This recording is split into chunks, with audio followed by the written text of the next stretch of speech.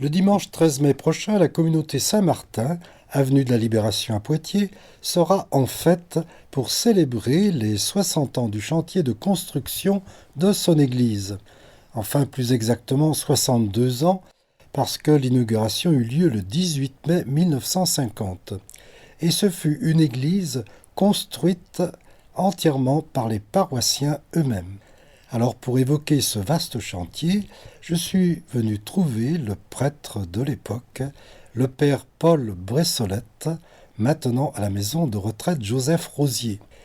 Il a commencé par me relire son homélie du 50e anniversaire en 2000, puis en feuilletant des documents d'époque, a continué à raconter de manière passionnée. Écoutez son témoignage. En août 1949, mon évêque me charge de créer une paroisse sur tous ces quartiers, vraiment trop éloignés de l'église Saint-Hilaire. Une seule salle sert alors de lieu de culte. Très vite, elle devient insuffisante pour contenir les fidèles du dimanche. Que faire alors? Dès le mois d'octobre, une équipe d'adultes du quartier se met en place pour réfléchir au problème et prendre les décisions nécessaires. Entre guillemets, envisager la construction d'une église, d'une vraie? Non, la dépense serait trop lourde et nous n'avons pas un sou en caisse. Et puis bien des gens dans nos quartiers ont des difficultés financières dans ces années d'après-guerre. Bâtir une simple chapelle, pourquoi pas? Et on peut envisager de la construire nous-mêmes par nos propres moyens, ce qui fera un coût financier à notre portée. Il existe sur notre secteur tous les corps de métier. Chacun sera invité à participer à la construction le soir après le travail, le samedi et le dimanche. Chacun apportera sa pierre à l'édifice, son temps et ses forces suivant ses possibilités. On ne demandera à personne sa carte d'identité pour venir travailler, entre guillemets, au chantier à titre bénévole. Une simple feuille est distribuée dans toutes les rues des différents quartiers pour informer les familles d'une telle initiative. Elle s'intitule « Quand tout un quartier de Poitiers bâtit sa chapelle ». Progressivement, le miracle se réalise.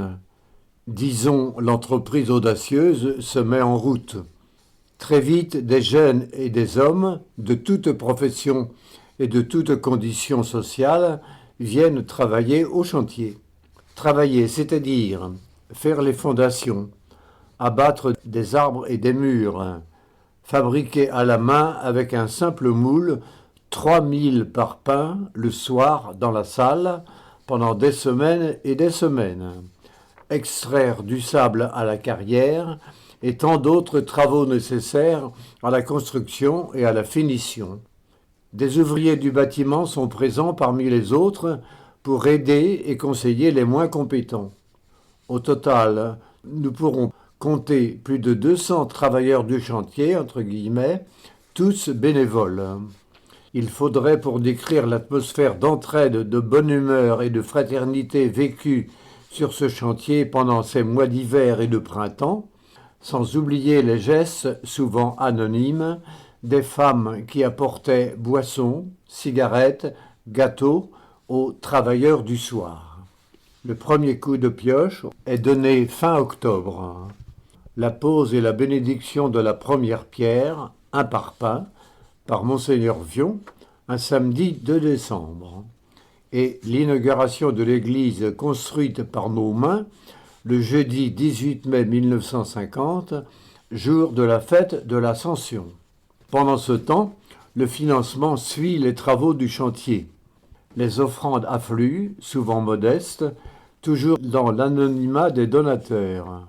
Certains apportent le prix d'une heure de travail pour la chapelle, d'autres déposent dans le tronc une enveloppe familiale, résultat d'économies réalisées en famille. Des enfants, à partir de leur tirelire, aux grands-parents. Des groupes de la ville viennent apporter le fruit d'une collecte pour payer une pierre à la construction. Ainsi, en 6 mois, la chapelle devenue église Saint-Martin est construite et payée. Ce jour de l'inauguration et de la bénédiction de l'église par l'évêque de Poitiers est une vraie fête de famille, une famille très nombreuse qui prie et chante sa joie de vivre ensemble un tel événement. Un événement qui peut se raconter comme une parabole, une page d'évangile en actes, et qui est un appel pour chacun à construire sa vie sur la parole de Dieu, l'amour du prochain, l'attachement au Christ. Un ami m'écrivait « L'église Saint-Martin est belle parce qu'elle est riche de l'amour que chacun y a mis en laissant sur chaque pierre une partie de lui-même. » Des personnes qui se trouvaient de passage sur le quartier m'ont dit « L'église Saint-Martin, on dirait une église de mission. » Beau compliment en vérité, car une église de mission appelle une église missionnaire.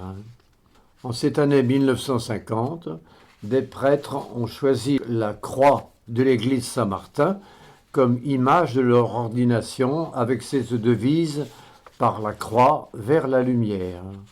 Cette croix que nous découvrons aujourd'hui embellie d'un merveilleux vitrail aux couleurs expressives, le bleu symbolisant le ciel, la terre représentée par le vert. Tout l'effort accompli par les bâtisseurs de l'Église se trouve résumé dans ce simple poème. Chaque fois que les hommes relèvent la tête et s'unissent pour bâtir, chaque fois que des croyants vivent le message d'amour de l'Évangile, chaque fois le béton craque et les roses fleurissent sur la terre d'une fraternité nouvelle. Je trouve que c'est bien. Hein. Tout à fait. Non, mais c'est vrai, pour dire en 2 pages tout le récit, c'est ça que tu voulais. Voilà. Te voilà.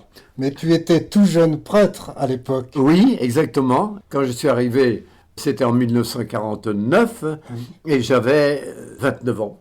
Et tu étais ordonné en 44. J'ai été ordonné en 44. Voilà. En 44, voilà. J'avais 29 ans et j'en suis parti en 57, c'est-à-dire j'avais 37 ans. Donc c'est des années de jeunesse, mais alors qu'est-ce qui inspirait la mission à l'époque? Quels étaient vos modèles, si on peut dire? Qui m'a fait... Qui vous a inspiré? Oui, c'est-à-dire que déjà j'avais pas mal de ça dans le cœur, l'histoire de la mission, parce que j'avais demandé à rentrer à la mission de France 2 fois, sans aucun succès. L'évêque m'avait refusé, quoi. Hein. Alors pour moi, j'étais déjà en contact avec des copains qui passaient me voir, à Poitiers ou à Bressuire, enfin. J'étais en contact avec des jeunes copains de la mission de France. Alors pour moi, si tu veux, mon idée en arrivant, disant, on doit pouvoir faire quelque chose par nous-mêmes, tu vois, par nous-mêmes. Oui. C'était un peu audacieux quand même. Hein. Oui, mais n'empêche que c'est extraordinaire. N'empêche, c'est un peu extraordinaire. Et il y a des gens, j'en ai rencontré un. Oui. Qui était tout jeune à l'époque. Oui. C'était les parents qui avaient engagé leurs jeunes, mais qui étaient tout fiers de participer. Et ben voilà. C'est une aventure extraordinaire. Donc ça répond bien à ce que tu voulais. Tout à fait. Oui, parce qu'autrement, je crois pas avoir j'ai plein de choses, mais... Et cela, c'était la lettre d'information. Oui, c'est ça. C'était à tout le monde, oui. Dans tout le quartier, quoi. Oui. Pour indiquer que ça existait, quoi. C'est moi qui le faisais, quoi, avec du monde. Tu vois, regarde, il était une fois, tu vois, un jeune prêtre, etc. Pour expliquer. Mais c'est la même chose, je crois. Chacun apportera sa pierre à l'édifice, tu vois. Son temps, ses bras, ses matériaux, ses camions, sa voiture, son argent, son cœur, tu vois, c'est un style pour que les gens lisent ça, quoi. Hein. Et ça, c'est la liste des travailleurs du chantier. Voilà, alors il y avait ensuite l'équipe de celui qui avait dirigé les opérations. Il était entrepreneur, lui, un simple entrepreneur d'ailleurs. Et c'est lui qui a tout dirigé avec moi, avec nous, enfin, parce qu'on était toute une équipe qui se réunissait régulièrement toutes les semaines. Quoi, hein. Oui. Alors tu vois, il y avait équipe La Fraternelle, équipe des scouts, équipe des sourds-muets, équipe des étudiants, équipe des séminaristes, il y en a pas mal qui ont travaillé, équipe Colin, équipe Fraternelle, voilà. Si bien qu'on ne voulait pas les oublier, quand il y avait des invitations pour certaines fêtes à la suite, on savait où les trouver. Oui, parce qu'après, il y a eu une suite quand même. Comment ? Ça a forgé quelque chose de de fort dans cette communauté. Mais après, ça a continué, bien sûr. Oui, absolument. Oui, ça a continué. Si tu veux, c'était pas systématique, hein, Oui, oui. mais les gens se connaissaient. Ben oui. Et oui, tout le monde, tout ce monde-là se connaissait, quoi. Alors après, je sais pas moi, ils parlaient dans les quartiers, enfin, etc., etc. Si bien que, on dit, il paraît, ça a commencé comme ça, des conversations dans les quartiers, enfin. Mais il paraît qu'il y a une église qui se construit chez nous, là. Ah bon? Mais comment ça se passe? Bah, ils ont beaucoup d'argent? Ben non, pas beaucoup, non. Mais, mais ils ont beaucoup de monde. Oui. On travaillait le samedi et le dimanche, et puis toutes les soirées, tout ce qu'ils pouvaient. Alors le samedi, quand même, en général, il y en a qui prenaient qui avaient leur samedi, et puis le dimanche. On travaillait le dimanche, tu vois. C'était défendu. Mais c'était pour faire une église. C'était défendu.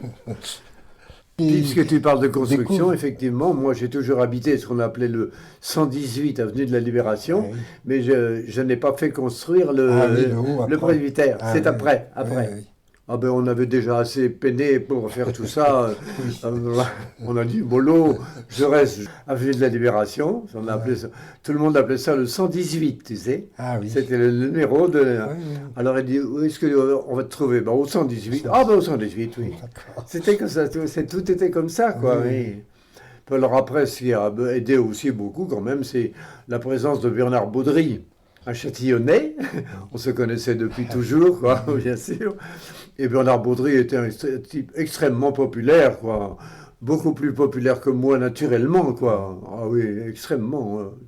Il est rentré à la Mission de France et il est décédé depuis. Voilà une belle histoire Voilà. que tu connaissais déjà, mais enfin, Un peu, pas tout. ça resitue, hein, ça resitue. Non, parce qu'on dit comment ils ont pu faire quand même, là, hein. Les miracles, ça n'existe plus maintenant, enfin pas vraiment, quoi. Puis- Les vrais miracles. Et en quelques mois seulement. Et en quelques mois, on a mis 6 oui. mois. C'est ça, je crois. Oui. C'est bien ce qu'on dit, oui, c'est ça. Oui, c'est quand même. En quelques mois, c'est extraordinaire. Ben, le gros œuvre, c'est de pouvoir arriver à faire 3000 parpaings, avec donc toute la camelote qu'il fallait. Il fallait apporter le sable, il fallait apporter tout ça. Les gros camions qui allaient le chercher, quand même, hein. Il y avait on avait dans les amis qui sont là, il y en a un certain nombre qui étaient camionneurs, quoi, hein. Et donc, ils étaient venus sur le chantier en disant, ah oui, moi je vais demander à mon patron, ça va marcher. Ah, c'était un peu spécial, hein. J'en garde un très très bon souvenir. Mais tu sais, dans les derniers temps, vers le dernier mois par là, où il y avait beaucoup de choses encore à faire, hein, et on dit attention, on a fixé l'inauguration, on l'avait fixé. Fallait être culotté un peu, hein. On l'avait fixé, on a dit ce sera le jour de l'ascension, parce que ça a beaucoup de sens, l'ascension. Allez, l'inauguration approche, hein. L'inauguration, on appelle ça comme ça. L'inauguration approche.